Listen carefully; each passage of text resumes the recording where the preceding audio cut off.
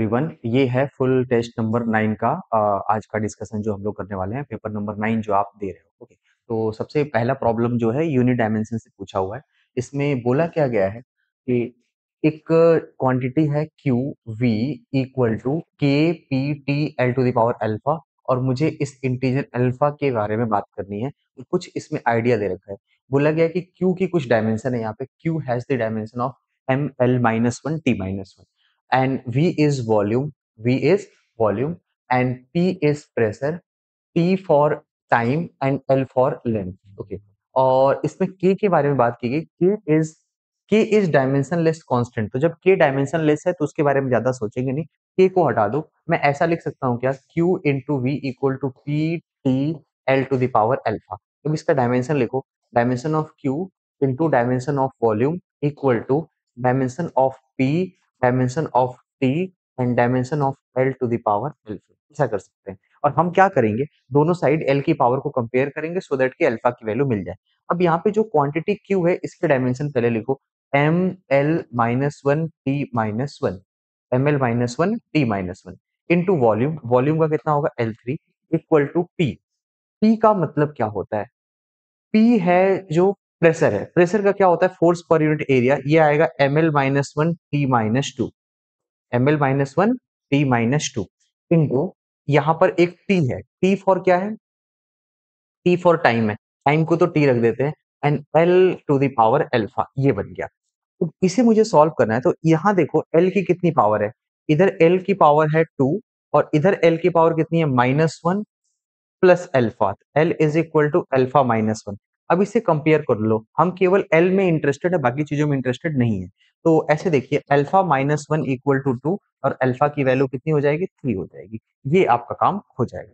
ठीक है, तो ऑप्शन नंबर क्या हो जाएगा, थ्री। इसको और जल्दी किया जा सकता था अगर हमको ये समझ में आ जाता है कि ये क्यू क्वांटिटी क्या है, तो उसका हम किसी और फॉर्मूले से रिलेट कर पाते और वो ओवरऑल क्वांटिटी ही समझ में आ जाती। बट अगर कुछ भी नहीं दिमाग में आपके पास स्ट्राइक कर रहा है, तो उस केस में आप यही करो। क्लियर है? ओके, तो ये पहला प्रॉब्लम था, और एक्सपेक्टेड है जैसा कि नीट में होता है वैसा ही कुछ प्रॉब्लम है। नेक्स्ट आते हैं प्रॉब्लम नंबर 2। एसआई यूनिट किसी चीज की दे रखी है, KG metre square per second, KG metre square second square, यानी ये ml2t2 है। ml2 t माइनस टू होना चाहिए, हाँ ml2 t माइनस टू होना चाहिए यहाँ पे, पर सेकेंड स्क्वायर होगा। ओके, तो इसकी इक्विवेलेंट कौन सी क्वांटिटी है, तो देखो ये तो एनर्जी है या वर्क है, एनर्जी है या वर्क है या टॉर्क है, एनर्जी वर्क और टॉर्क, इन्हीं तीनों चीज की डायमेंशन ये होती है। तो अगर मैं बोलूं कि ये क्या फोर्स होता तो न्यूटन होता, फोर्स नहीं है, पावर नहीं है, पास्कल फॉर प्रेशर। ओके, तो आंसर क्या होना चाहिए, आंसर होना चाहिए जूल। ओके, तो ये कोरेस्पॉन्डिंगली वो जूल को रिप्रेजेंट कर रहा है। बस आपको ये पता करना था कि वो कौन सी क्वांटिटी है जो इस डायमेंशन से रिलेट हो सकती है, होगी ये पता नहीं है क्योंकि डायमेंशन यूनिक नहीं होता है।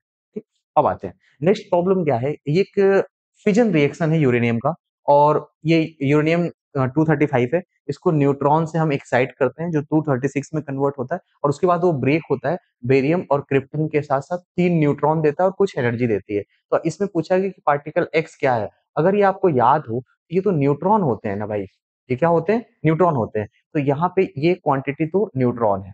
क्लियर है, पहले तो इतना समझ में आ गया। अगर हम बोले कि ठीक है मुझे ये मान लो याद नहीं है, आप इक्वेशन बैलेंस करके भी बता सकते थे। नंबर ऑफ न्यूक्लियॉन्स जो होते हैं वो कांस्टेंट होते हैं, तो नंबर ऑफ न्यूक्लियन कांस्टेंट है तो आप ऐड करो कि अगर ये 3 न्यूट्रॉन है तो ये 36 प्लस 56 92 के इक्वल होना चाहिए, 235 प्लस 1 141 प्लस 92 के इक्वल होने चाहिए। तो ये जो एक्स है वो क्या होना चाहिए था, ऐसे प्रेडिक्ट करोगे तो भी हो जाएगा। अगर याद है तो डायरेक्ट कर लो, अदरवाइज नंबर ऑफ न्यूक्लियॉन्स को क्या कर सकते हैं आप, बैलेंस कर सकते हैं। क्लियर। अगला problem number 4।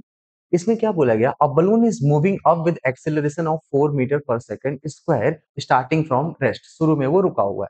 A coin is drop from the balance 5 second after the start of balloon. Okay, तो एक समझो कि यहां से बलून ऊपर की ओर चलना शुरू किया, और जब 5 सेकंड के बाद ये यहाँ पे ऊपर जा चुका है, ऐसे ये बलून है और ये जा चुका है, इस समय इसका ऊपर की ओर एक्सेलरेशन कितना था, ऊपर की ओर एक्सेलरेशन था 4 मीटर पर सेकंड स्क्वायर। अब जब ये 4 मीटर पर सेकंड स्क्वायर हुआ, इस समय इसकी अपनी वेलोसिटी कितनी होती है, v equal to u plus क्या होगा 80, और इनिशियल वेलोसिटी 0 है और एक्सेलरेशन 4 है, टाइम इज 5, तो आंसर कितना होगा 20 मीटर पर सेकंड। अब यहां से इस मूविंग प्लेटफॉर्म से हमने किसी कॉइन को ड्रॉप करना है।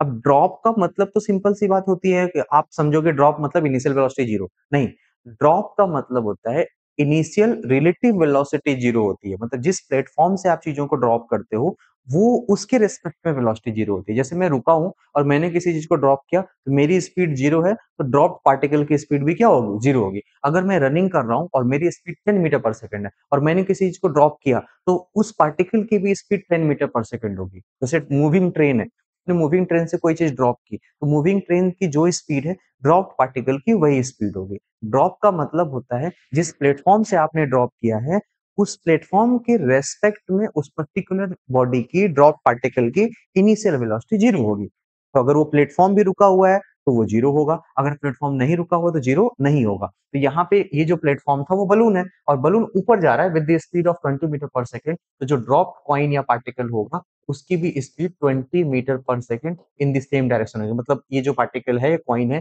पहले ऊपर जाएगा और फिर नीचे गिरेगा। तो आपसे पूछा गया कि कितनी स्पीड होगी, then speed is equal to 20 metre per second. Clear है? ओके, अब आते हैं आगे की ओर। नेक्स्ट जो है आपको करना है 5। 5 में क्या बताना है कि एक कोई सिस्टम है जो इक्विलिब्रियम में है, टेंशन टी बताना है इस स्ट्रिंग में कितना होगा, और ये थीटा कितना है इसका कोई आइडिया नहीं है। क्लियर है? हमें जरूरत भी नहीं है। देखो यहाँ पे तीन फोर्सेस है, एक फोर्स है 4 केजी मतलब कि 40 न्यूटन, ठीक है, और ये है 30 न्यूटन। इन दोनों का जो रिजल्टेंट होगा वो कहीं इधर की ओर होगा, और ये कितना होगा, under root 30 square and plus क्या होगा 40 स्क्वायर, ये तो अंडर रूट ऑफ 50 स्क्वायर होगा, यानी ये होगा 50 न्यूटन के बराबर। अगर इन दोनों का रिजल्टेंट 50 है तो टेंशन भी इसका इक्वल अपोजिट होगा, 50 ही होगा और अपोजिट डायरेक्शन में, तभी तो बैलेंस होगा। तो टेंशन इन्हीं दोनों के रिजल्टेंट के इक्वल होगा, तो आंसर आपके किसके किसके बराबर हो जाएगा, 50 न्यूटन के इक्वल हो जाएगा। ठीक है, तीन तीन फोर्सेस हैं, उनको इक्विलिब्रियम में करने का ये सबसे बेस्ट तरीका था। ओके, चलो अब आगे की ओर बढ़ते हैं। Problem number 6। प्रॉब्लम नंबर 6 में क्या है कि एक इंक्लाइन प्लेन है, a box of mass 2 KG, it is placed on incline plane that makes 30 degree with horizontal, ये है। ओके, और इस पार्टिकल का मास कितना है, ये 2 केजी है, ये है 2 केजी। आगे क्या बोला गया, coefficient of friction between the box and incline plane is 0.2, इसका कोफिशिएंट ऑफ फ्रिक्शन है 0.2। A force F is applied on the box perpendicular to inclined plane to prevent the box from sliding. Minimum value of F is, कम से कम कितना force लगाना पड़ेगा। कुल मिला के ये ब्लॉक फ्रिक्शन की वजह से नहीं रुक रहा है, ये गिर रहा है, नीचे की ओर जा रहा है। ठीक है, अब जब नीचे की ओर जा रहा है क्योंकि इसका कोफिशिएंट ऑफ फ्रिक्शन सफिशिएंट नहीं है, तो उसको रोकने के लिए मुझे कुछ और फोर्स लगाना पड़ेगा। उसके लिए क्या क्या कर सकते हैं ऐसे समझो, इसकी कैलकुलेशन करनी है। तो ये ब्लॉक है, इस पे बेसिक अगर मैं फोर्सेस ड्रॉ करूं, नीचे की ओर कौन सा फोर्स है जो इसको चलाएगा, एम जी साइन थीटा, और परपेंडिकुलर फोर्स क्या लगता है, M G cos theta. M G के दो कंपोनेंट्स हो गए, और साथ साथ एक फोर्स और भी आप एडिशनल लगा रहे हो, तो ये फोर्स एफ होगा, जो दोनों मिल करके इस सिस्टम को नॉर्मल फोर्स प्रोवाइड करेंगे। क्लियर है? ओके, और पीछे की ओर फ्रिक्शन लगेगा, और फ्रिक्शन की अपनी मैक्स वैल्यू लगेगी तभी ये फोर्स मिनिमम होगा। इसकी वैल्यू कितनी होती है, म्यू टाइम्स ऑफ नॉर्मल। अब इक्विलिब्रियम में क्या होगा, mg sin थीटा, जो कि इसको नीचे की ओर लाना चाहता है, ये फोर्स फ्रिक्शन की मैक्स वैल्यू यानी कि म्यू इंटू एन के इक्वल होनी चाहिए, और म्यू और एन किसके इक्वल है, mg cos theta and plus force F, यही एफ आपको फाइंड आउट करनी है। ठीक है, अब m कितना है, m तो 2 kg है, g 10 है, तो m इंटू जी 20 हो जाएगा, 20 इंटू साइन 30, 20 इंटू साइन 30 होगा 1/2 equal to mu is 0.2, mu is 0.2, mg cos 30, 20 into cos 30 होता है √3/2 and plus of force f, ये कर सकते हैं आप। अब इसे सॉल्व करोगे ये 10 होगा, और ये 1/5 तो इधर चला जाएगा, तो ये 50 हो जाएगा। 50 इक्वल टू 20, ऐसे देखो, इसको सॉल्व करो, ये हो जाएगा 10√3 प्लस एफ। अब यहाँ से एफ निकालना है, ये आएगा 50 माइनस 10√3 न्यूटन, ये हमारा फोर्स है। अब ऐसा तो है नहीं, इसको एग्जैक्ट डेसिमल में सॉल्व करना पड़ेगा। देखो, √3 की वैल्यू होती है 1.732, तो 10√3 कितना होगा, 17.32, 50 माइनस 17.32, अगर 17 माइनस 32 कर दिया तो ये कितना हो जाएगा, तुम खुद सोचो। 17 माइनस 32 है तो ये 33 पॉइंट या 32.7, हाँ 32.7 के आसपास आ जाएगा, 32.7 न्यूटन। ये ऑप्शन दिख रहा है आपका, यही है करेक्ट आंसर। समझ पाए? ओके। और कोई पूछेगा कि मैंने फ्रिक्शन ऊपर ही क्यों लगाया है? तो मुझे मिनिमम फोर्स निकालना था, इसलिए इसकी टेंडेंसी नीचे की जाने की होगी, इससे कम लगा दोगे तो ये नीचे गिर जाएगा, इसका मतलब कि फ्रिक्शन ऊपर की ओर लग रहा है। क्लियर हुआ? ओके, चलो नेक्स्ट प्रॉब्लम।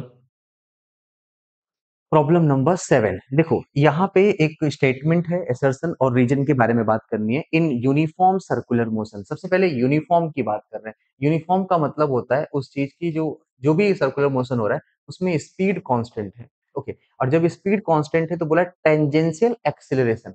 टेंजेंशियल एक्सेलरेशन क्या होता है? इसको मैथमेटिकली ऐसे लिखते हैं, D mod we by D T. इसको पढ़ते क्या है? इसको पढ़ते हैं rate of change of speed.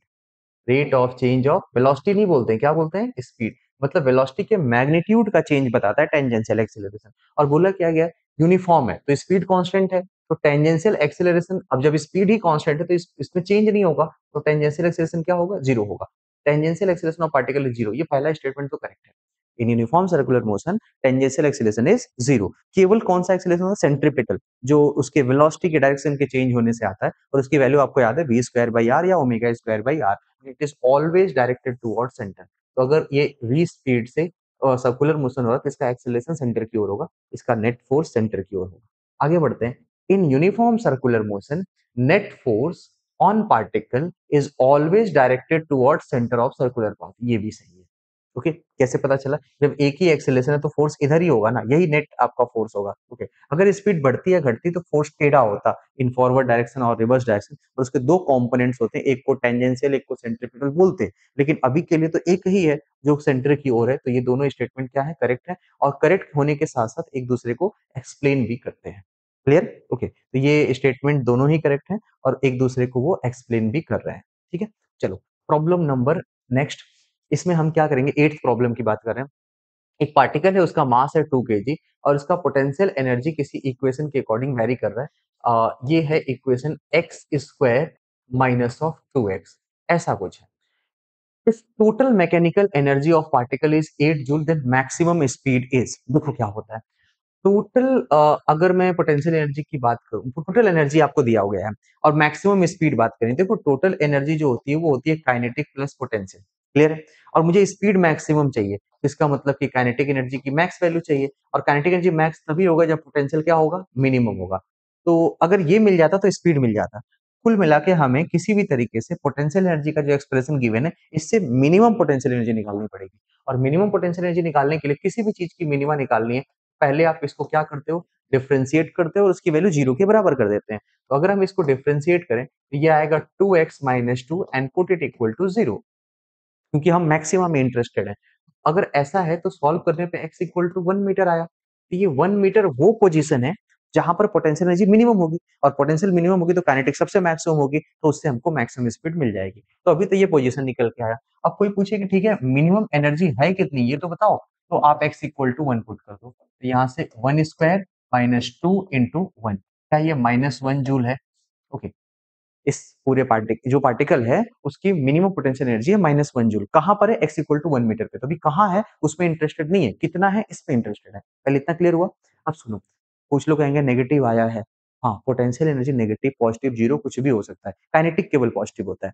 तो अब इस एक्सप्रेशन में रखो, total energy equal to 9, maximum kinetic energy, okay, plus total energy is 8। Okay, total energy is 8, maximum kinetic energy plus minimum potential energy, ये होगी -1। इधर आके ये प्लस हो जाएगा तो यहाँ से मैक्सिमम काइनेटिक एनर्जी आ जाएगा 9 जूल।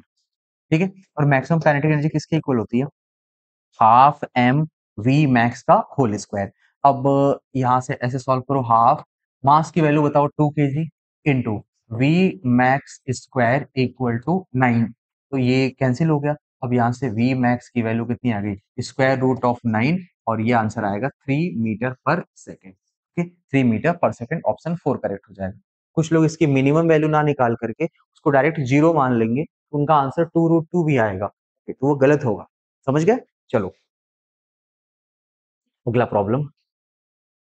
Problem number 9। हाँ, ये बहुत अच्छा सा प्रॉब्लम है। देखो, एक ग्राफ दिया हुआ है, बाइंडिंग एनर्जी पर न्यूक्लियन या न्यूक्लियन वर्सेस मास नंबर, कि binding energy versus mass number दिया हुआ है, और ये बताना है कि कैसा क्या क्या हो सकता है।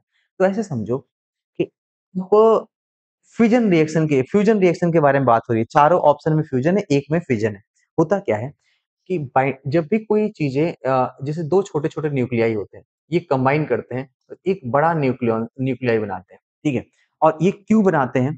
वो इसलिए बनाते हैं कि इनकी अपनी बाइंडिंग एनर्जी बढ़ जाए। मतलब binding energy for nucleon graph कुछ ऐसा होता है, ये छोटे छोटे पार्टिकल मिलके इस ग्राफ में ऊपर जाना चाहते हैं, और कोई बड़ा पार्टिकल है तो ये टूटना चाहता है सो दैट कि यहाँ पहुंच जाए इस तरीके से। तो ये नीचे वाले पार्टिकल ऊपर जाना चाहते हैं, ये भी नीचे वाले ऊपर जाना चाहते हैं। क्यों? क्योंकि अगर बाइंडिंग एनर्जी बढ़ती है तो स्टेबिलिटी क्या होती है? बढ़ती है। ये हमारा बेसिक सा ओवरव्यू है। और दो पार्टिकल के मिलकर एक बड़े दो मतलब न्यूक्लियाई को मिलकर एक बड़ा न्यूक्लियाई बनना, इस प्रोसेस को हम लोग फ्यूजन बोलते हैं। ओके। और बड़े को ब्रेक होकर छोटा बनने को क्या बोलते हैं? फ्यूजन बोलते हैं। यहाँ पे फिजन और फ्यूजन दोनों के बारे में बात हुई। एक एक करके ऑप्शन पढ़ते हैं। पहले ये देखो, ये 0 to 100 के बीच में बाइंडिंग एनर्जी ऑलमोस्ट कांस्टेंट है, ठीक है। 100 के बाद सडन जंप आता है अप टू 200, और ये भी कांस्टेंट है, और ये 8 है। और उसके बाद फिर से एक कांस्टेंट लाइन आ जाती है यहाँ पे आफ्टर 200। अब सुनो, बोला क्या गया है? Fusion of two nuclei of mass number lying in the range of 100 to 200 will release energy. अब ऐसे सोचिए, फ्यूजन हो रहा है, मतलब दो लोग मिल रहे हैं और 100 से 200 के बीच में है, तो कहीं यहाँ के दो न्यूक्लियाई हैं। अगर ये दोनों मिलेंगे तो आंसर 100 से तो ज्यादा ही है दोनों का, तो ऐड करोगे तो 100 प्लस 100 200 से ज्यादा हो जाएगा। क्या इस केस में इसका mass number, combined mass number more than 200 होगा, और मोर देन 200 होगा तो ये दोनों जुड़ के यहाँ पहुंच जाएंगे, और यहाँ पहुंचेंगे तो एनर्जी तो कम हो गई ना। तो एनर्जी नहीं कम होनी चाहिए, बाइंडिंग एनर्जी बढ़नी चाहिए, तभी एनर्जी रिलीज होगी। कि बाइंडिंग एनर्जी इटसेल्फ एक नेगेटिव एनर्जी होती है। तो इसका सिंपल सा मतलब है कि पहला ऑप्शन तो क्या हो गया? इनकरेक्ट हो गया। ठीक है। वैसे भी जो ऊपर होता है वो नीचे नहीं आता है, जो नीचे होता है वो ऊपर की ओर जाएगा, और ये ब्रेक होकर के ऊपर जाएगा। समझ गए? तो ये स्टेटमेंट आपका गलत है। दूसरा, fusion of two nuclei of mass number 51 to 100। 51 to 100 more than 50 है। मोर देन 50 में दो बार ऐड करोगे तो आंसर मोर देन 100 आएगा, इतना तो क्लियर है। और मोर देन 100 का मतलब कहीं इसी के बीच में आ जाएगा।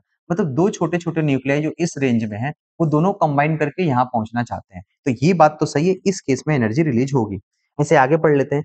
Fusion of two nuclei of mass number lying in the range of 1 to 50 will release energy. 1 to 50 का मतलब है कि यहाँ से यहाँ के बीच में। 1 to 50 में चलो मैक्सिमम 50 मान लो, तो 50 प्लस 50 ऐड करोगे तो 100 ही होगा ना। तो ये 100 से 200 वाले रेंज में तो नहीं आए। इसका मतलब एनर्जी कांस्टेंट है और कोई एनर्जी रिलीज नहीं होगी, ये गलत हो गया। फिजन की बात करेंगे। Fission of the nucleon of mass lying in between 100 to 200 will release energy when broken into two parts. तो बताओ, 100 से 200, 100 से 200, अगर इसमें से दो पार्ट से ब्रेक करोगे तो 50 से कम होगा, तो एनर्जी कम हुई नहीं, हमें ऊपर जाना है। मोर देन 200 होता अगर यहाँ पे, तो ये आंसर सही होता। अभी के लिए गलत है। समझ गए? ओके। तो ये इस तरीके से इस ग्राफ को रीड करना है। अगर आप इसे जानते रहे होंगे तो थोड़ा आपके लिए आसान रहा होगा। ये कैलकुलेशन नहीं है, एक एक करके सोचना था। ठीक है। चलो अगले पार्ट की ओर। Law of conservation of linear momentum is valid when net force is zero, net torque may or may not. देखो, कंजर्वेशन ऑफ लीनियर मोमेंटम की बात कर रहे हैं, और उसकी एक ही शर्त है कि जिस भी सिस्टम की लीनियर मोमेंटम कंजर्व करना चाहते हो, उसके ऊपर नेट एक्सटर्नल फोर्स क्या होना चाहिए? जीरो। टॉर्क कुछ भी हो सकता है। नेट टॉर्क जो है वो कुछ भी हो सकता है, इसकी कोई कंडीशन नहीं है। मे or may not be zero, ये हो सकता है।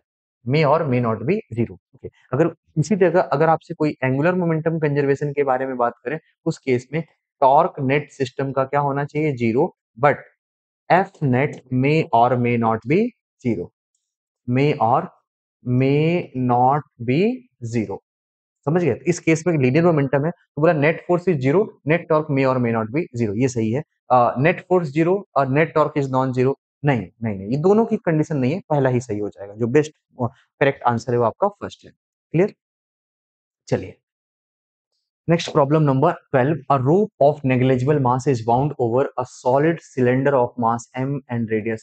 एक सॉलिड सिलेंडर है, इसका मास स्मॉल एम है और रेडियस है आर, और इससे इस एक रोप को हैंग कर दिया गया। रोप का अपना कोई मास नहीं है, and rope is pulled with the help of with a force F, with a force F, then linear acceleration of rope क्या होगा? तो सबसे पहले इस रोप को आप खींचोगे तो इसके अंदर क्या होगा? एक रोटेशनल एक टॉर्क आएगा जो उसको रोटेट कराएगा, और उससे उसके अंदर एक एक्सेलरेशन आएगा। तो सबसे पहले टॉर्क बताओ किसके इक्वल होता है?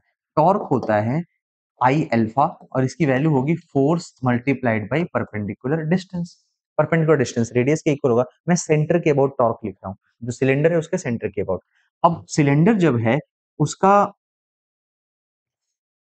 सिलेंडर ही है ना, हाँ हाँ सिलेंडर है और सॉलिड सिलेंडर है, इसका मतलब वो डिस्क की तरह काम करेगा। मोमेंट ऑफ इनर्शिया बताओ कितना होगा, mr² by 2 into alpha equal to F into R. Clear है? ओके, तो यहाँ से अल्फा आ जाएगा, एक आर कैंसिल होगा, ये आएगा 2f/m इंटू आर। ये तो क्लियर है? okay. अब बोला गया लीनियर एक्सेलरेशन ऑफ रूप, रूप का जो एक्सेलरेशन होगा ए, और ये जो टेंजेंशियल पॉइंट है इसका एक्सेलरेशन ए बराबर होगा, और ये किसके इक्वल होता है, ये तो आर अल्फा के इक्वल होता है। अगर ये अल्फा से घूम रहे हैं आर डिस्टेंस पे तो ए इक्वल टू क्या होता है, आर अल्फा। तो ये जो मुझे एक्सेलरेशन बताना था, acceleration equal to R times of alpha, और अल्फा की खुद कितनी वैल्यू है, ये तो 2f/mr है, ये कैंसिल हो गया, और इसकी वैल्यू 2f बाई क्या हो जाएगा, m हो जाएगा। और ऑप्शन कौन सा करेक्ट होगा, ये फर्स्ट। क्लियर हुआ? ओके, बेसिक आपको टॉर्क की इक्वेशन लगानी है, torque equal to I alpha, और सही से ये पता कर लेना था कि टॉर्क कहाँ लग रहा है। ठीक, चलो नेक्स्ट प्रॉब्लम है, an object is throne directly away from the surface of earth with an initial speed v. An object reaches up to the height of 4 by 5 times of radius of earth from the earth's surface, okay, where re is the radius of earth.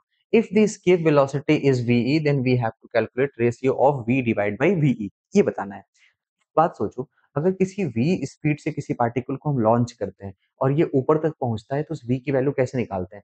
Kinetic energy हमने दिया half M V square equal to change in potential energy. तो surface से H height का change in potential energy का direct formula आपको पता है, M जी H cone 1 + h/r। केवल एम जी एच मत लगाना, ये ज्यादा हाइट की बात हो रही है तो वहां पे जी वेरिएबल होगा, तो ये वाला फॉर्मूला लगाते हैं। ओके, ये m से m तो कैंसिल हो गया, और v की वैल्यू जानते हो कितनी होगी, v इक्वल टू होगा under root of 2gh divided by 1 + h/r। अब h की वैल्यू है 4/5 टाइम्स ऑफ r, इसको रखते हैं 2g into 4/5 times of r upon 1 + 4/5 times of r, से r कैंसिल हो जाएगा।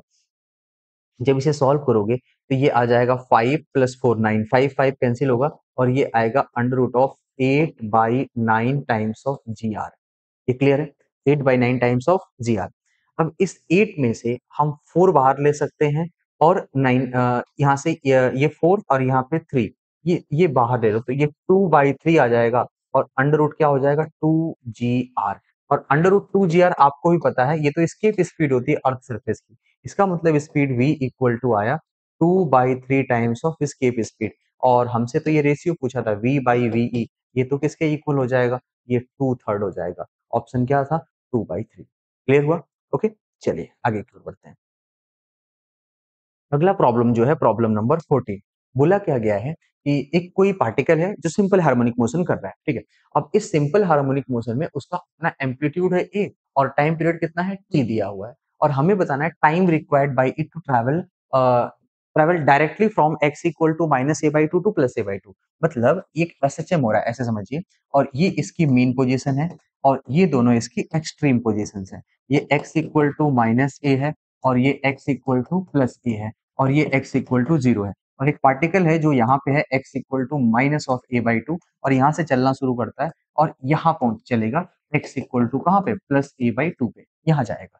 तो मुझे इसमें टाइम बताना है। तो मेरे पास बहुत सारे तरीके हैं, हम लोग फेजर का कॉन्सेप्ट यूज कर लेते हैं। अगर आपको फेजर आता हो, एक पहले तो सर्कल बनाओगे, इसकी रेडियस होगी a, है ना, और ए होगी, तो मुझे बताना है कि फेजर पहले कहाँ कहाँ पे था, ये a/2 डिस्टेंस पे था, और बाद में भी ये कितने पे चला गया, a/2 पे ही चला गया राइट डायरेक्शन में।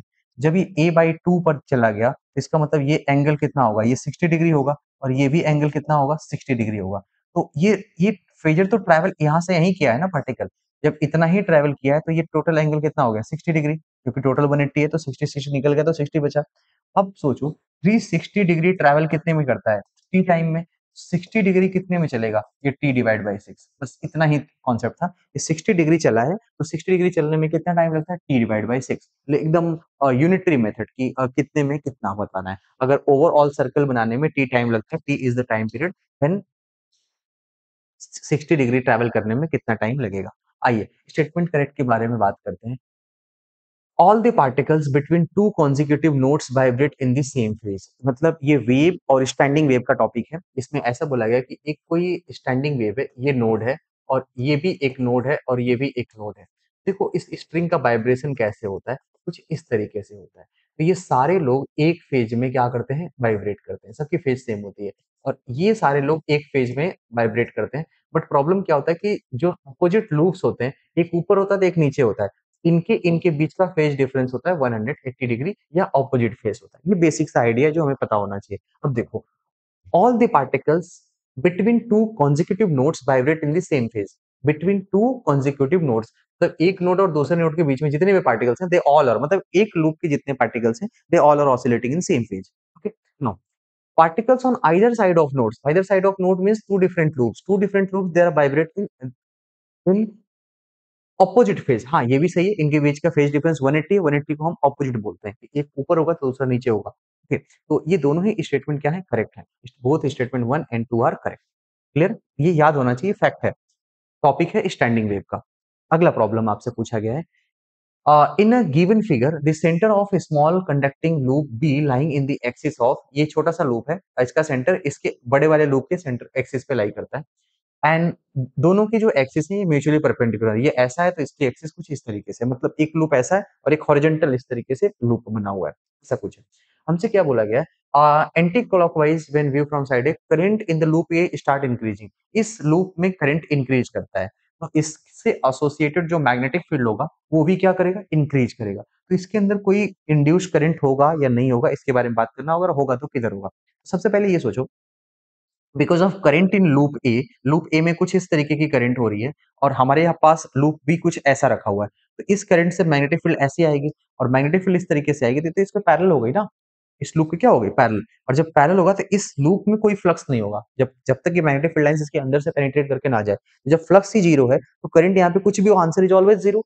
तो उसके अंदर अगर करंट चेंज होगा तो इसके अंदर फ्लक्स का चेंज कितना होगा, जीरो होगा। तो यहाँ कोई म्यूचुअल इंडक्शन नहीं होगा, कोई फ्लक्स चेंज नहीं होगा, कोई इंड्यूस्ड ईएमएफ नहीं होगा, कोई इंड्यूस्ड करंट नहीं होगा। No current is induced in the loop B. Option कौन सा करेक्ट हो जाएगा, फोर्थ हो जाएगा। ठीक है, जब इंड्यूस होता तो हम उसके डायरेक्शन, उसके मैग्नीट्यूड की बातें करते, बट अभी के लिए कोई इंडक्शन नहीं है तो कोई भी चेंज नहीं होगा।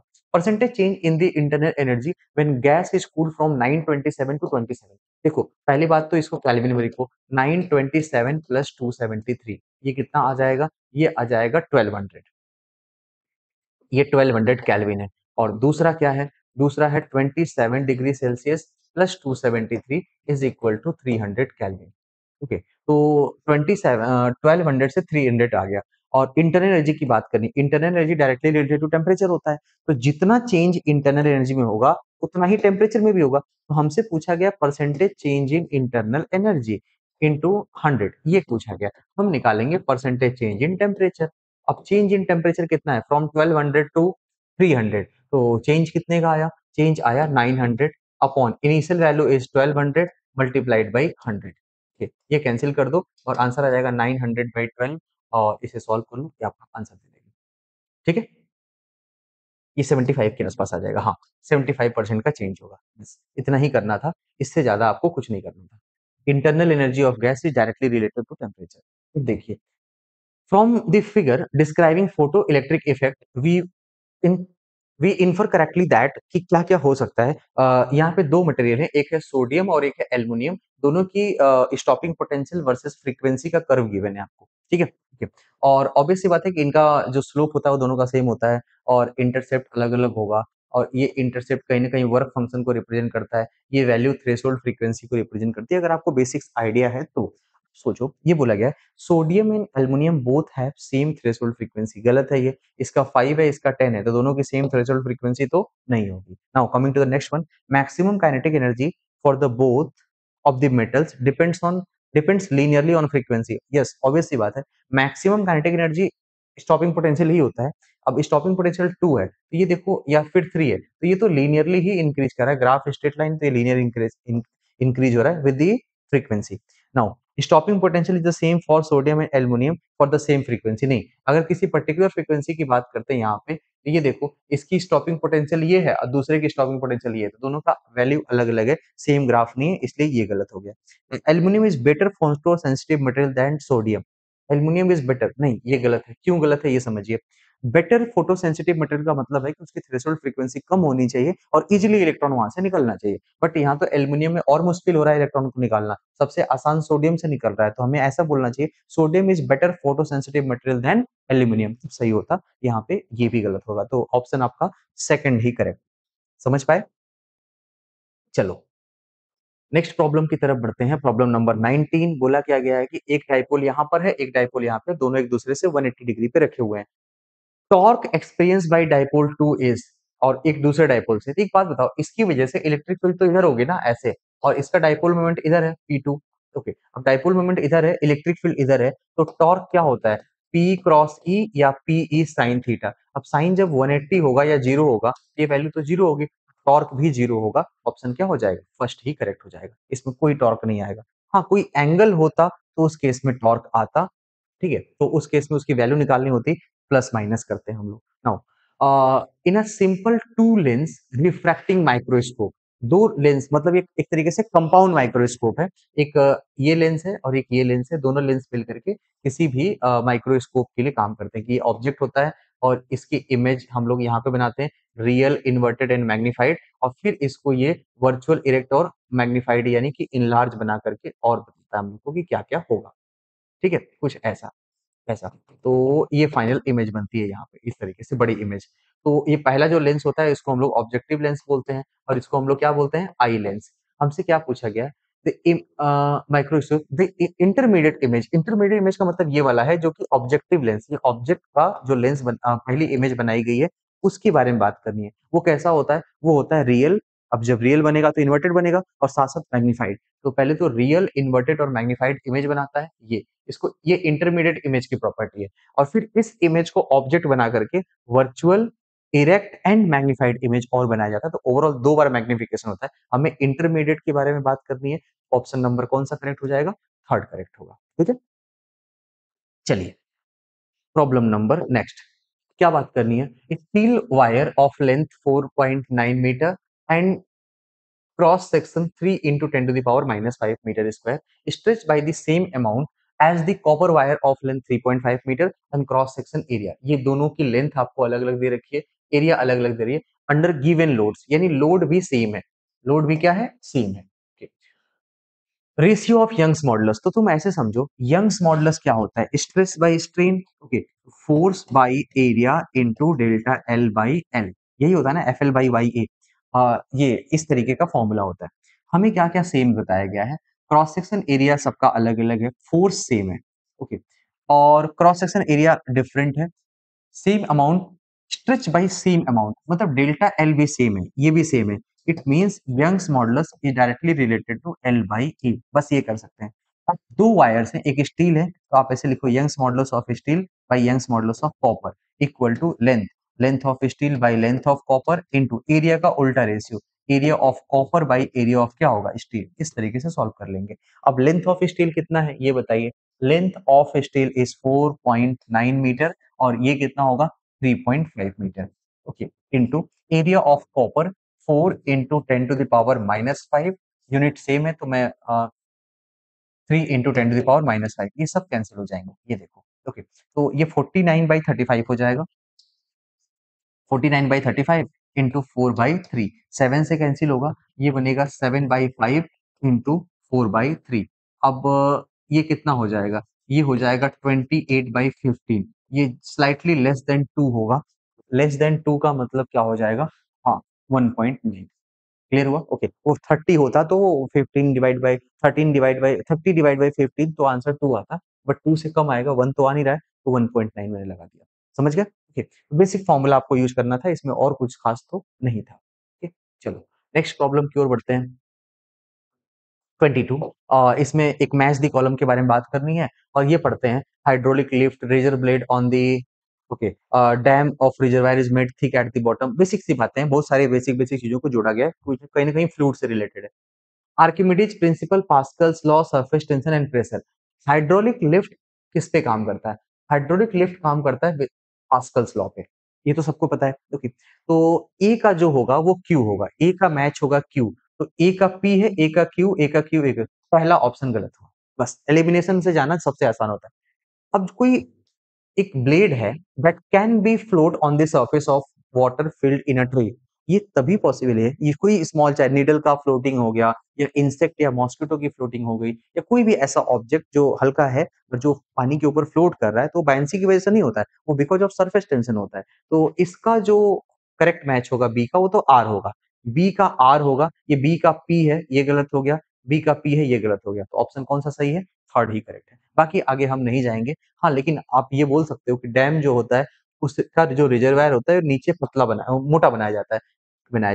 ऐसा इसलिए क्योंकि प्रेशर जो है वो बढ़ता है नीचे पे, तो इस ये प्रेशर के साथ मैच हो जाएगा। Ship floating on the ocean, ये आर्किमिडीज प्रिंसिपल पे बेस्ड होगा कि जितना पानी वो डिस्प्लेस करेगा उतनी उसको बायंसी लगेगी जो वेट को बैलेंस करता है। तो ऐसा हम कर सकते हैं। बट अगर मुझे इस तरीके के प्रॉब्लम को एग्जाम में सॉल्व करना है, तो सबसे बेस्ट वे होता है कि आप ऑप्शन को एलिमिनेट करिए। बिना एलिमिनेशन का टाइम लग सकता है। ठीक है, आइए। Surface tension and vapour pressure of a liquid at 25 degree Celsius are. Surface tension given है आपको एंड वेपर प्रेशर गिवन है। The radius of smallest spherical water droplets which can form without evaporating at 25 degree Celsius, ये बताना है हम लोग को। तो ये सोचो कि ऐसा क्यों पूछा जा रहा है। ऐसा इसलिए कि जो कोई भी वाटर ड्रॉप हम बनाते हैं, अंदर जो है वो एक एक्सेस प्रेशर जनरेट होता है बिकॉज ऑफ सरफेस टेंशन, और वो एक्सेस प्रेशर को बैलेंस कर सकते हैं हम लोग बाहर के वेपर प्रेशर से।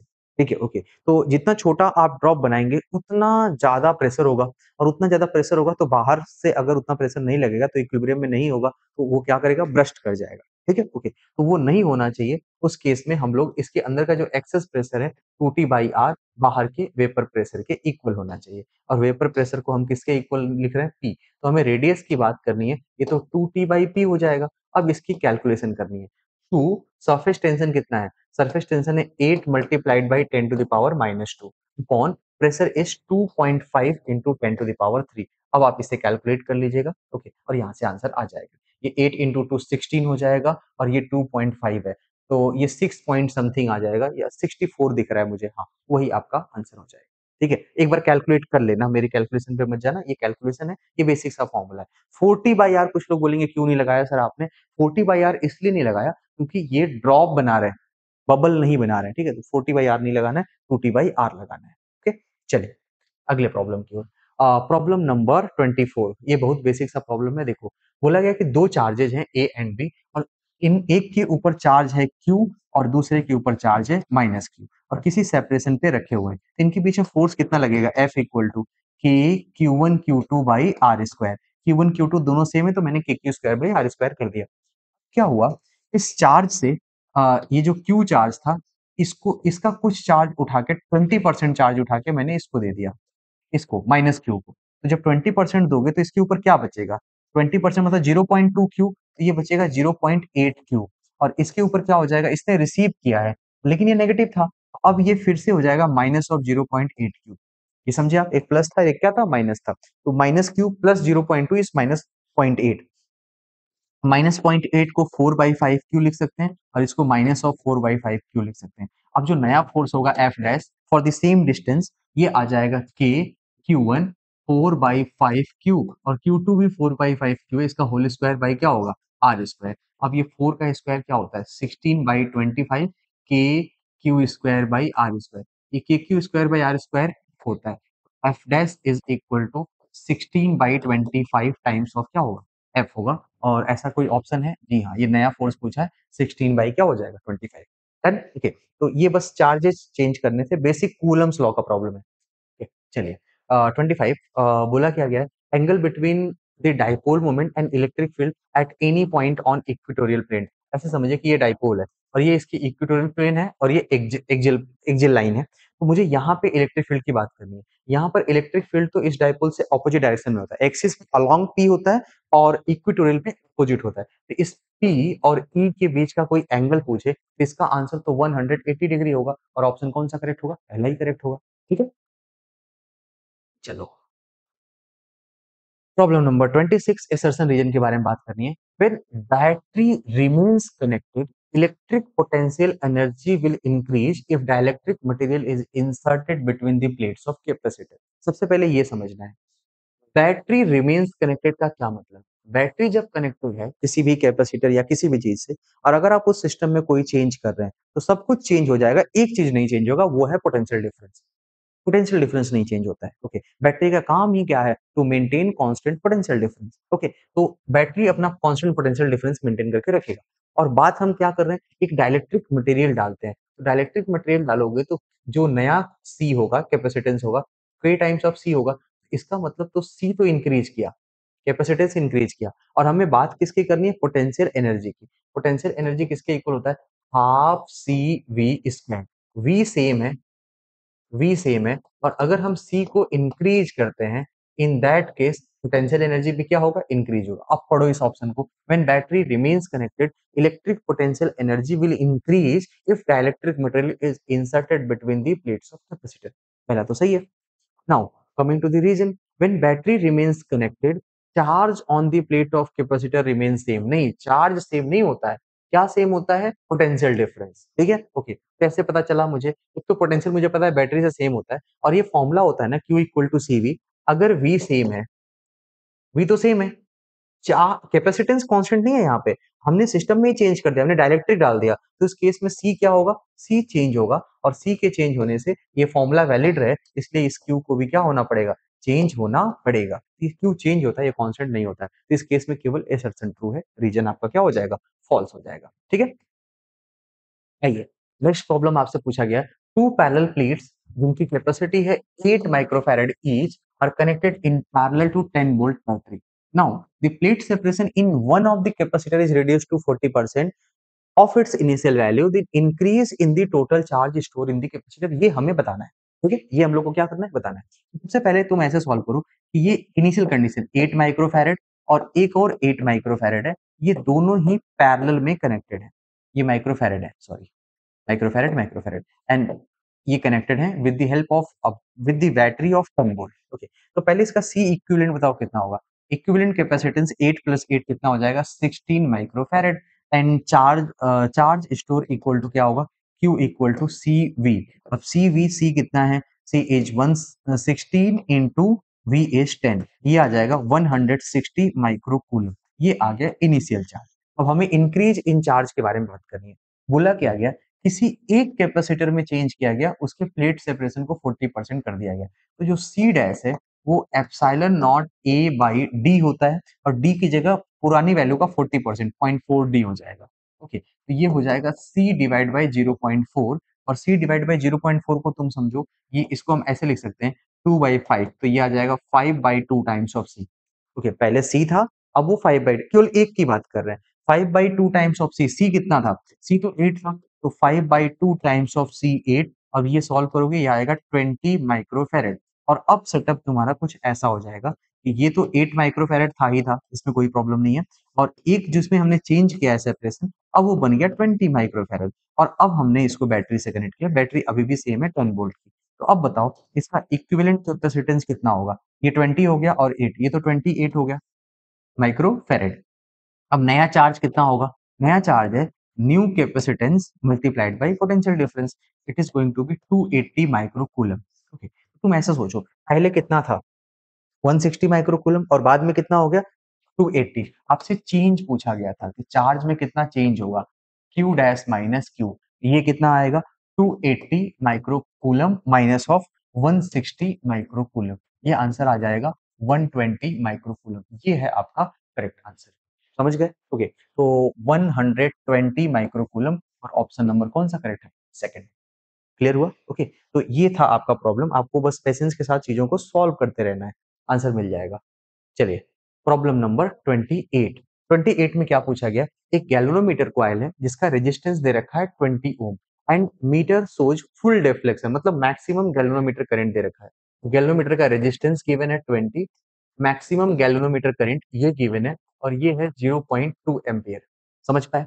Shunt resistance required to convert the galvanometer into a meter of range 4 ampere, ये बनाना है। तो ऐसे समझिए कि एक कोई गैल्वेनोमीटर होता है, इसको हमें अमीटर में कन्वर्ट करना होता है, तो हम पैरेलल में क्या लगाते हैं?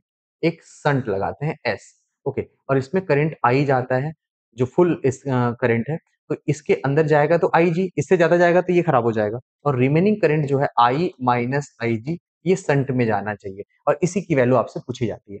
तो ये देखो ये दोनों पैरेलल में है, तो हम पैरेलल में पोटेंशियल सेम कर देंगे। पोटेंशियल सेम कैसे होगा? I माइनस IG मतलब current multiplied by shunt resistance equal to galvanometer current multiplied by galvanometer resistance. Done?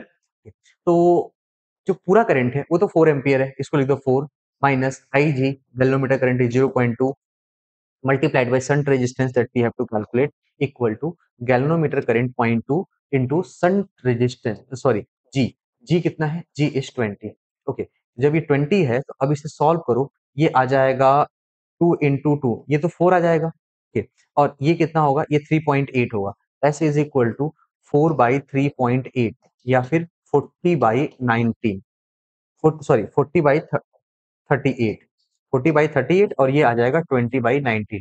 अब इसे सॉल्व करना पड़ेगा ऑप्शन नहीं, ऑप्शन ऐसा ही है तो सॉल्व नहीं करना पड़ेगा। अगर डेसिमल में होता तो जस्ट मोर देन 1 आता तो 1 पॉइंट समथिंग जो आंसर आएगा वही हो जाएगा। ठीक है, चलो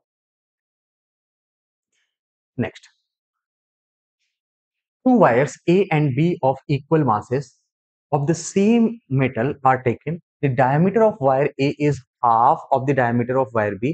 If the resistance of wire A is 24 ohm, then resistance of wire B is. अब सुनो, यहाँ पे सबसे पहली बात यह है ना, इक्वल मासेस, ठीक है। इक्वल मासेस का क्या मीनिंग है? मास इक्वल है और मटेरियल भी सेम है, सेम मेटल है। तो जब एक बात सोचिए, पहले तो मटेरियल सेम होने से रो क्या हो जाएगा? सेम है, ठीक है। रेजिस्टिविटी भी और डेंसिटी भी सेम है। और मास के सेम होने का मतलब होगा कि आपका जो वॉल्यूम है ना, वॉल्यूम ये भी क्या रहेगा? ये भी सेम रहेगा, ऐसे वॉल्यूम सेम रहेगा। तो एक फॉर्मूला लिखते हैं हम लोग रेजिस्टेंस का, R equal to rho L by A. इसको वॉल्यूम के टर्म में लिखो। तो वॉल्यूम के टर्म में लिखेंगे तो हमसे क्या बोला गया है? डायमीटर मतलब एरिया से रिलेटेड कुछ बात कर रहे हैं, तो ऊपर नीचे ना तुम एरिया से मल्टीप्लाई कर दो। रो एल ए अपॉन नीचे ए से मल्टीप्लाई करोगे तो A square. L into A volume होता है, rho into volume by area square. Done. तो अगर तो ये तो सेम है, इसको डायमीटर के टर्म में लिखेंगे तो rho volume upon pi by 4 into diameter square, diameter square और इसका क्या होगा? Whole square. देखो रो सेम है, वी सेम है, पाई बाई 4 सेम है, इसका मतलब जो रेजिस्टेंस है वो इनवर्सली प्रोपोर्शनल टू डायमीटर का स्क्वायर नहीं, इसकी पावर क्या होगी? 4। ये रिलेशन फॉलो कर रहा है for the same volume. Okay, अब मुझे क्या बोला गया? दो वायर्स हैं, wire A is half of diameter of wire B. A का डायमीटर हाफ है, तो अगर ये हाफ है तो रेजिस्टेंस ऑफ ए क्या होगा? ये होगा वो हाफ की पावर 4, मतलब ये 2 टू द पावर 4 हो जाएगा बी के कंपैरिजन में, और ये 16 टाइम्स हो जाएगा। 2 की पावर 4 कितनी होती है? 16 टाइम्स ए का। तो मुझे बी का बताना है। ओके, तो रेजिस्टेंस ऑफ जो बी होगा, रेजिस्टेंस ऑफ बी होगा, ये होगा resistance of A upon 16 times. Okay, आप रेशियो से निकाल सकते हो, मैंने डायरेक्ट कर दिया है यहाँ पे। ये 24 अपॉन क्या होगा? 16। और अब आप इसे सॉल्व कर लीजिए और यहाँ से आंसर मिल जाएगा।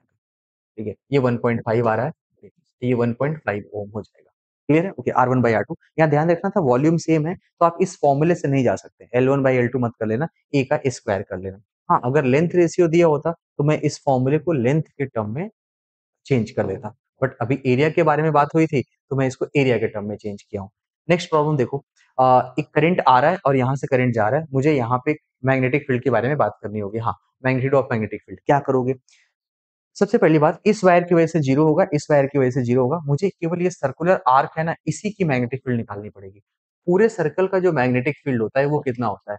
Mu nought I by 2 R ये होता है। और ओवरऑल थीटा डिग्री का अगर निकालना होगा तो थीटा बाई 360। ओके, तो ये होगा mu nought I by 2 R, और थीटा कितना है? 30/360। ये आ जाएगा 1/12, और 1/12 इसका मतलब final answer is mu nought I by 24 R, ये बन जाएगा mu nought I by 24 R. अब इसकी वैल्यू लाके यहाँ पे पुट कर दो, आंसर आपको मिल जाएगा। ठीक है, अब मी नॉट की वैल्यू है, आई है, थोड़ी कैलकुलेशन है, इसे कर लीजिएगा, इससे आपको आंसर मैच हो जाएगा। ठीक है, चलो next, consider the following statements, इसके बारे में बात करनी है। Magnetic field of several sources is a vector addition of magnetic field of each individual sources. ये स्टेटमेंट तो करेक्ट है। कैसे भाई? जैसे समझो, हमें किसी जगह नेट मैग्नेटिक फील्ड निकालना है, तो जितनी मैग्नेटिक फील्ड तो एक वेक्टर क्वांटिटी है, इन सारे को हम ऐड करेंगे तभी तो हमें मिलेगा। ओके, इस तरीके से मिलेगा। क्लियर? ये तो पहला स्टेटमेंट सही है। Now, stationary charge can produce magnetic as well as electric field, नहीं ये गलत है। स्टेशनरी चार्ज केवल इलेक्ट्रिक फील्ड प्रोड्यूस करता है। मैग्नेटिक फील्ड प्रोड्यूस करने के लिए चार्ज को चलना पड़ता है। यहाँ चार्ज चल तो नहीं रहा है। Now third C, ampere circuital law and Biot Savart law both express the relation between magnetic field and current. हाँ, ये सही है। ये दोनों एक ही है। ये मैग्नेटिक करंट से मैग्नेटिज्म का जो प्रोडक्शन होता है, उसी के बारे में बताते हैं कितनी मैग्नेटिक फील्ड होगी, और दोनों की यूजेज अलग-अलग तरीके से हम करते हैं, बट ये दोनों सेम ही लॉ है। इसका मतलब है कि ये और ये करेक्ट है, ये गलत हो जाएगा आपका। तो ऑप्शन आपका करेक्ट हो जाएगा। क्लियर?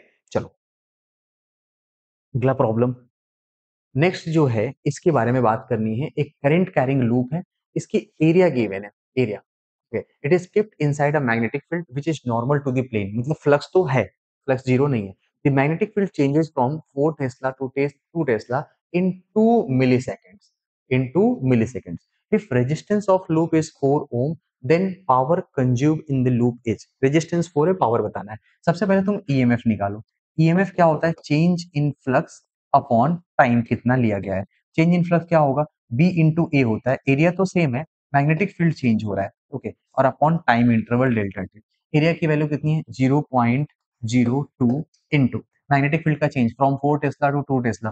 2 टेस्ला का चेंज हुआ तो टाइम कितना लगा? 2 मिली सेकेंड। 2 इंटू 10⁻³ ये कैंसिल हो गया और ये आ जाएगा 2 इंटू 10⁻³ ऊपर जाएगा +3, ये तो 20 वोल्ट हो जाएगा। ये कितना आ गया? 20 वोल्ट। अब आते हैं कि सर पावर कितना होगा? पावर क्या होता है? V square by R, E square by R. तो ये हो जाएगा 20 इंटू 20 बाई आर कितना है? 4। और ये जब सॉल्व करोगे तो ये 5 हो जाएगा और ये कितना आएगा? 100 वॉट।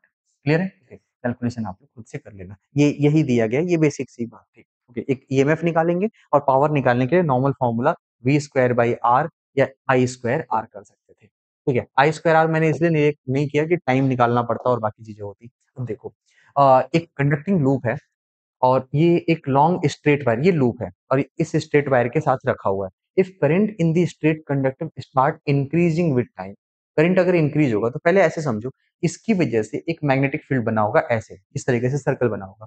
तो इसकी वजह से इसके अंदर एक फ्लक्स होगा और वो फ्लक्स कैसा होगा? इनवर्ड यानी क्रॉस फ्लक्स होगा। ठीक है, अब करंट बढ़ेगा तो इसके अंदर एक क्रॉस फ्लक्स भी तो बढ़ेगा। क्रॉस फ्लक्स बढ़ने की वजह से इसके अंदर एक इंड्यूस्ड ईएमएफ ऐसा बनेगा, ऐसा करंट आएगा कि बाहर की ओर फ्लक्स जनरेट करे, और बाहर की ओर फ्लक्स जनरेट करने के लिए इसमें एक एंटी क्लॉकवाइज करंट बनेगा। पहले इंड्यूस करंट समझ पाए, एंटी क्लॉकवाइज होगा। अब एंटी क्लॉकवाइज करंट, तो हमें करंट की डायरेक्शन नहीं पूछी गई, ये कहाँ चलना शुरू करेगा। पहले ये सोचो चलेगा क्यों? चलने के लिए फोर्स लगाना पड़ेगा, शुरू में तो रुका हुआ है। अब फोर्स कैसे लगेगा? देखो, इस पर और इस पर तो नेट फोर्स जीरो हो जाएंगे, बट आपको याद है कि दो पैरेलल वायर्स होते हैं, अगर दोनों में सेम डायरेक्शन में करंट जाती है, अट्रैक्शन होता है, और ऑपोजिट डायरेक्शन में जाता है तो रिपल्सन होता है। इसमें ये सेम डायरेक्शन ऑफ करंट है, इसमें और इसमें ट्रैक्शन होगा, और ये पास वाले में क्या होगा? रिपल्सन। अब ऐसे समझिए कि इसकी मैग्नेटिक फील्ड पास में ज्यादा डोमिनेटिंग होगी, इसका मतलब रिपल्सिव फोर्स डोमिनेटिंग होगा as compare to traction force. तो रिपल्सन डोमिनेटिंग होगा तो ओवरऑल ये लूप किस डायरेक्शन में मूव करेगा? आगे की ओर चलेगा। ये कौन सी डायरेक्शन है? X direction. It will start moving along positive x direction. Clear है? ओके, चलिए problem number next. In a transformer, number of turns in the primary coil are 140 and that of secondary are 280. तुम ऐसे समझो, number of turns सीधे double हो रहे हैं। Number of turns कितने टाइम्स हो गया? 2 टाइम्स। तो तुम ऐसा समझो, नंबर ऑफ टर्न्स डबल है, इसका मतलब ईएमएफ भी क्या होगा? 2 टाइम्स हो जाएगा, और करंट क्या हो जाएगा? 1/2 टाइम्स। उल्टा होता है। बस इतनी चीजें, इसके बाद हमारा अपना काम हो जाएगा। अब बोला क्या गया? Current in the primary is 4 ampere, then current in the secondary coil is, current तो हाफ होगा, तो पहले कितना था? 4/2 कितना आएगा? 2 एम्पियर। इससे ज्यादा हमको नहीं करना। क्लियर है? ओके, बस ये ट्रांसफार्मर के क्वेश्चंस ऐसे ही हम लोग ट्राई करते हैं, इससे ज्यादा नहीं करेंगे। ठीक है, problem number next. When 100 volt DC is applied across the coil, current of 25 ampere flow through the it. On connecting the same coil to 100 volt 50 hertz AC supply, पहले डीसी से कनेक्ट करते हैं। पहले इसको डीसी से connect किया तो 25 ampere गया, और जब एसी से कनेक्ट किया तो करंट कम हो गया, तो करंट 20 एम्पियर हो गया, करंट कम हो गया। इंडक्टेंस बताना है, ऐसा क्यों हुआ होगा तुम ये समझो पहले। एक कॉइल है,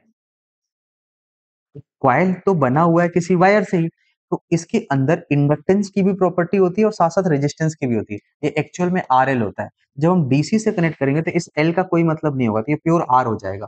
पहले रेजिस्टेंस निकालना होगा तो वोल्टेज बाई करंट कर दो। अब वोल्टेज कितना आपने लगाया है 100 और करंट कितना है 25। क्या ये 4 ओम हो गया? पहले इतना तो समझ में आ गया। ठीक। और जब हम इस कॉइल को एसी सप्लाई से कनेक्ट करते हैं, एसी सप्लाई से, तो ये एक आरएल सर्किट की तरह बिहेव करता है और इसका वोल्टेज है 100 वोल्ट और इसकी करंट कितनी जा रही है 25 नहीं सॉरी 20 एम्पियर, 20 एम्पियर। अब इसका रेजिस्टेंस नहीं इम्पीडेंस जेड निकालोगे 100/20 ये आ जाएगा 5 ओम। अब जब ये जेड 5 ओम हो गया तो आपको इतना तो पता है ना Z square equal to R square plus क्या होता है एक्सएल स्क्वायर। जेड कितना है 5 स्क्वायर, आर कितना है 4 स्क्वायर एंड प्लस क्या होगा एक्सएल स्क्वायर। सॉल्व करने पे आपको पता चला एक्सेल आया 3 ओम। अब एक्सेल क्या होता है? एक्सेल तो ओमेगा इंटू एल या 2 पाई एफ इंटू क्या होता है एल इक्वल टू हो जाएगा 3। तो अब हमें इंडक्टेंस निकालना है 3/2 पाई एफ। फ्रीक्वेंसी कितनी है? फ्रीक्वेंसी है 50 हर्ट्ज। ये हो जाएगा तो ये हो जाएगा 3/100 पाई हेनरी। अब इसे कैलकुलेट कर लोगे तो मिली हेनरी में आ जाएगा आंसर आपका। मिली हेनरी पूछा था 3/पाई, पाई 3.14 है, थोड़ी वैल्यू कम आएगी, मतलब 1 से भी कम आएगा तो ये 9.5 हो जाएगा। 20 होगा नहीं, 2.8 नहीं होगा, 7 नहीं होगा तो 9.5 हो जाएगा। क्लियर? ओके, इस तरीके से आपको सॉल्व करना है कि कॉइल का बिहेवियर कैसा होता है जब हम उसको एसी या डीसी से कनेक्ट करते हैं। नाउ प्रॉब्लम नंबर 36 की तरफ चलते हैं। देखो इसमें क्या बोला गया कि एक टेलीस्कोप है and it is adjusted for parallel light, the distance of objective from eyepiece is 100 centimetre. जब ये नॉर्मल एडजस्टमेंट में होता है यानी कि पैरेलल लाइट के लिए एडजस्ट होता है, आईपीस और ऑब्जेक्टिव लेंस के बीच की डिस्टेंस ये होती है एफओ प्लस एफई और इसकी वैल्यू किसके इक्वल हो जाएगी? ये होगी 100 सेंटीमीटर। ठीक है। मैग्नीफाइंग पावर इस केस में 9 दे रखा है यानी कि FO बाई FE कितना दे रखा है 9। तो इस दोनों को पहले सॉल्व करोगे तो FO की वैल्यू हो जाएगी 90 सेंटीमीटर और FE आई लेंस की वैल्यू हो जाएगी 10 सेंटीमीटर। ठीक है, ये तो हो गया बट ये हमसे पूछा नहीं है। बोला गया an old man can not see beyond 90 centimetre, कि इससे दूर नहीं देख सकते and wishes to use the telescope then he will have to reduce the length of tube by. ऐसा समझिए एक पर्सन है उनको 90 सेंटीमीटर के आगे नहीं, ठीक है, ओके। तो जहां कहीं भी हमारे पास ऑब्जेक्ट होगा हम इमेज को 90 सेंटीमीटर पर ही बनाएंगे। क्लियर है? ओके, तभी दिखेगा क्योंकि इन्फिनिटी पे नहीं बना सकते। इन्फिनिटी पे हम बना रहे थे तो उस आदमी को नहीं दिखेगा फाइनल इमेज, 90 सेंटीमीटर तक ही दिखेगा। तो जो हमारी इमेज होगी वो 90 सेंटीमीटर पे बनानी है। समझ गया? ओके, ऐसी इमेज बनानी है और फोकल लेंथ है आई लेंस का 10 सेंटीमीटर और मुझे इसके लिए यू निकालना पड़ेगा पहले। अब बताओ शुरू में इसको इसके लिए फॉर्मूला यूज करो, lens formula 1/f equal to 1/v minus 1/u। 1/u equal to 1/v minus 1/f हो जाएगा और v इज 90 माइनस 1/90 माइनस 1/10। अब इसे जब तुम सॉल्व करोगे तो ये आ जाएगा माइनस 1/90 माइनस 9/90, ये हो जाएगा माइनस ऑफ 10/90। ओके, तो v की जो u की जो वैल्यू हो जाएगी ये हो जाएगी 9 सेंटीमीटर नेगेटिव साइन के साथ। Okay, -9 centimetre. और सुनिए ये यहाँ पे ऑब्जेक्ट रखना पड़ेगा और पहले हमारा ऑब्जेक्ट कहाँ पे था? पैरेलल लाइट आई थी तो फोकस पे इमेज बना था और फोकस कितना था इसका 10 सेंटीमीटर। तो इनिशियल इमेज की जो पोजीशन थी वो थी 10 सेंटीमीटर और अब जो फाइनल आ रही है वो आ रही है 9 सेंटीमीटर। इनके बीच में डिफरेंस कितने का है? डिफरेंस है 1 सेंटीमीटर का और यही आपका लेंथ क्या करना पड़ेगा? रिड्यूस करना पड़ेगा। इसके लिए जो ऑप्शन हो जाएगा वो कौन सा हो जाएगा? 30। क्लियर है? ओके, चलो अब नेक्स्ट अगले प्रॉब्लम की ओर बढ़ते हैं। YDSE का प्रॉब्लम है। इसमें आपको क्या-क्या गिवन है देखो। दोनों स्लिट्स के बीच की सेपरेशन 0.2 mm गिवन है और स्क्रीन 60 सेंटीमीटर अवे है फ्रॉम द स्लिट्स और पूरे apparatus को एक लिक्विड में डुबा दिया गया। रिफ्रैक्टिव इंडेक्स गिवन है और जो स्लिट्स है उसमें लाइट यूज कर रहे हैं हम लोग 550 नैनोमीटर का। तो एक-एक करके बात करें, आपसे फ्रिंज विड्थ पूछा गया है।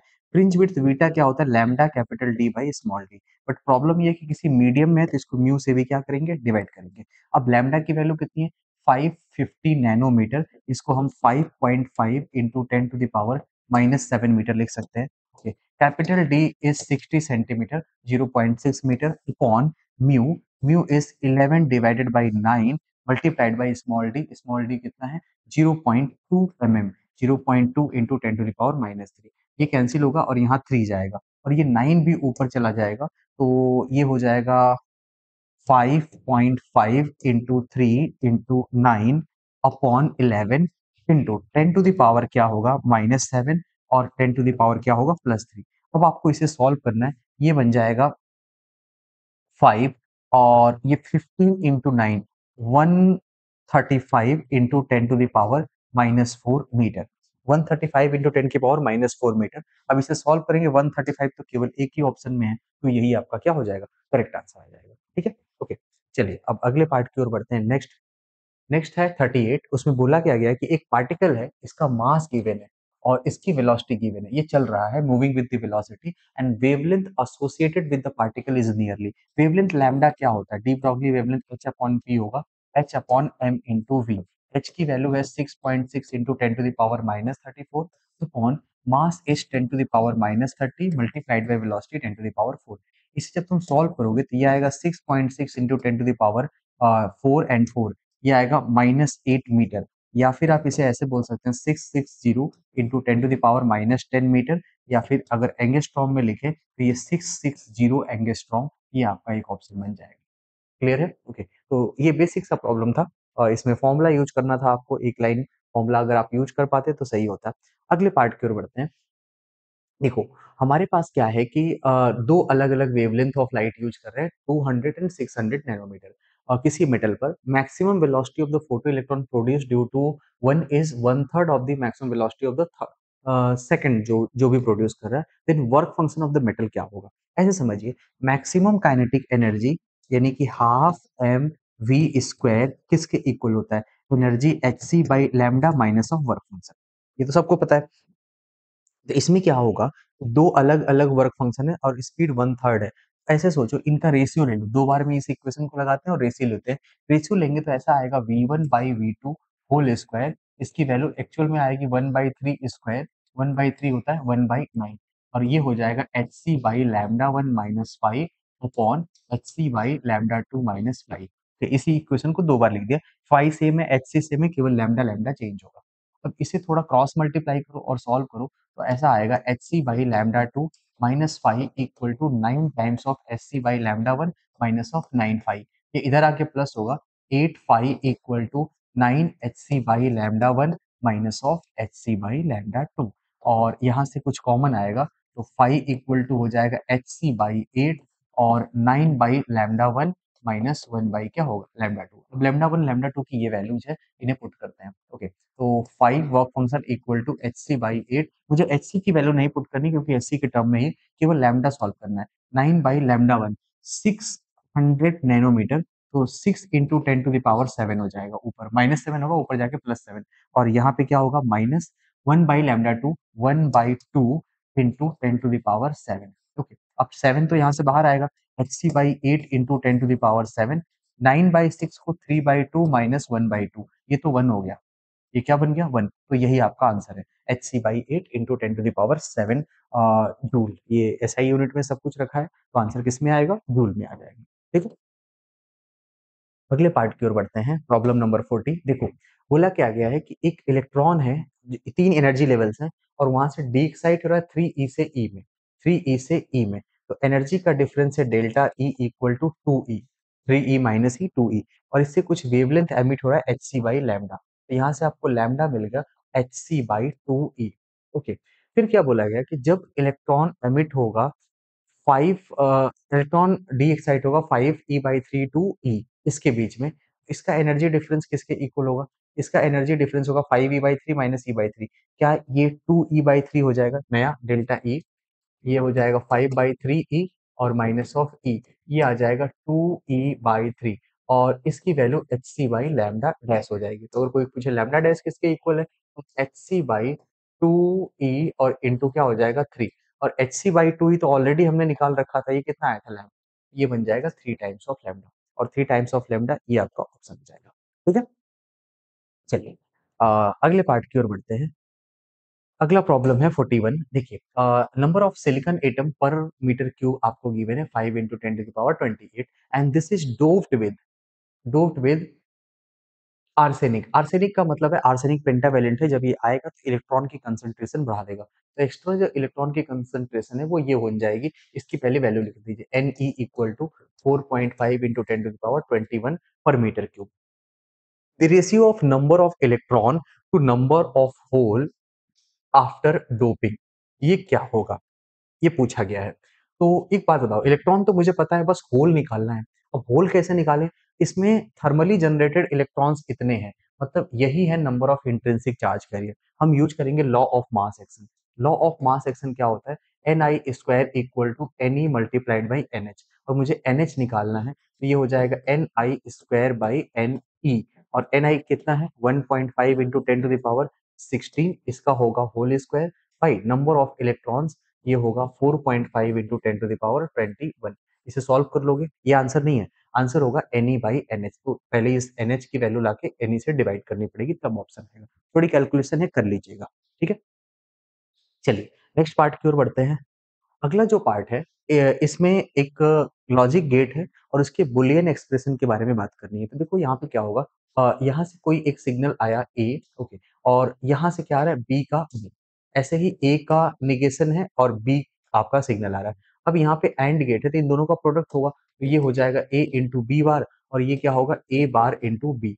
अब इन दोनों को हमें क्या करना है? और गेट है, मतलब प्लस करना है। प्लस मतलब ए इंटू बी बार प्लस ए बार इंटू बी, ये आपका फाइनल आउटपुट आना चाहिए था। और ये आपके लिए कौन सा ऑप्शन करेक्ट हो सकता है? ये सेकंड ऑप्शन था। ठीक है, अगला part, when substance is placed near bar magnet it get weekly attract toward it. Weekly attract toward it का मतलब यह है, ये कैसा मटेरियल है? पैरामैग्नेटिक। ओके, डायमैग्नेटिक का रिपेल होता है, वीकली अट्रैक्ट पैरामैग्नेटिक का होता है। और पैरामैग्नेटिक की रिलेटिव प्रोबेबिलिटी 1 से स्लाइटली क्या होती है? ग्रेटर। स्लाइटली ग्रेटर 1 से, यही ऑप्शन है, क्योंकि ये तो छोटा है 1 से, ये भी छोटा है, ये लोग डायमैग्नेटिक मटेरियल है। और ये जो 500 है, ये क्या है? ये तो फेरोमैग्नेटिक है, इसका म्यू आर सबसे ज्यादा होता है, ये स्ट्रांगली अट्रैक्ट होता तो ये आंसर होता। ठीक है, ओके, तो ये अभी के लिए ऑप्शन आपका कौन सा करेक्ट हो जाएगा? पहला ही। अगले पार्ट की ओर बढ़ते हैं। ये प्रोडक्शन ऑफ इलेक्ट्रोमैग्नेटिक वेव का प्रॉब्लम है, microwave are majorly produce by. अब माइक्रोवेव कैसे प्रोड्यूस होगा?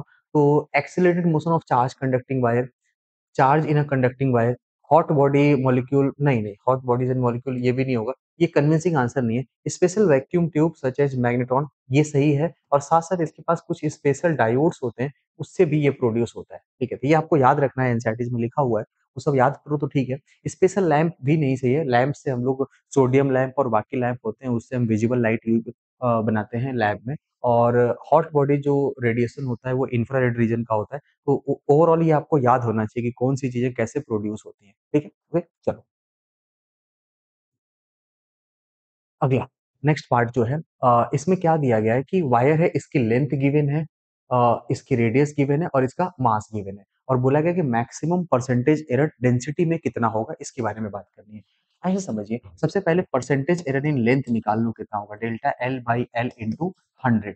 डेल्टा एल है 0.06 अपॉन 6 इंटू 100, सॉल्व करने पे आएगा 1%। ऐसे ही रेडियस में परसेंटेज एरर आप निकालते हो, तो ये आएगा delta R by R multiplied by 100। ये किसके इक्वल है? 0.005 बाई 5, नहीं 0.5 इंटू 100। इसको सॉल्व कर रहे हैं तो 0.5 बाई 0.5, ये भी कितना आ रहा है? 1% ही आ रहा है। नाउ परसेंटेज एरर इन डेंसिटी, अगर डेंसिटी की बात करेंगे तो ये तो निकालना है हम लोग को। मास के बारे में पहले बात कर लो। Okay, percentage error in mass equal to delta M by M multiplied by 100। Delta M कितना है? 0.003 अपॉन 0.3 मल्टीप्लाइड बाई 100, और इसे सॉल्व करने पे ये भी 1%। तो पहले तो ये तीनों 1% आ गया। ठीक है, अब डेंसिटी की एरर बतानी है, तो डेंसिटी का फॉर्मूला बताओ क्या होता है? Mass by volume. वॉल्यूम को हम पाई आर स्क्वायर एल लिख सकते हैं। ओके, रेडियस और लेंथ के टर्म में सोचो, परसेंटेज एरर इन डेंसिटी क्या होता है? Percentage error in mass plus 2 times of percentage in radius plus percentage error in length हो जाएगा। ये है 1 और ये है 2 इंटू 1, प्लस क्या है? ये 1। ये किसके इक्वल हो जाएगा? ये आ जाएगा 4%। यही है फाइनल आपका डेंसिटी के अंदर एरर, 4% का एरर आएगा। क्लियर हुआ? ओके, तो ये पूरा पेपर था आज का। ओके, आई होप आपने सही किया होगा। मिलते हैं अगली क्लास में। ठीक है।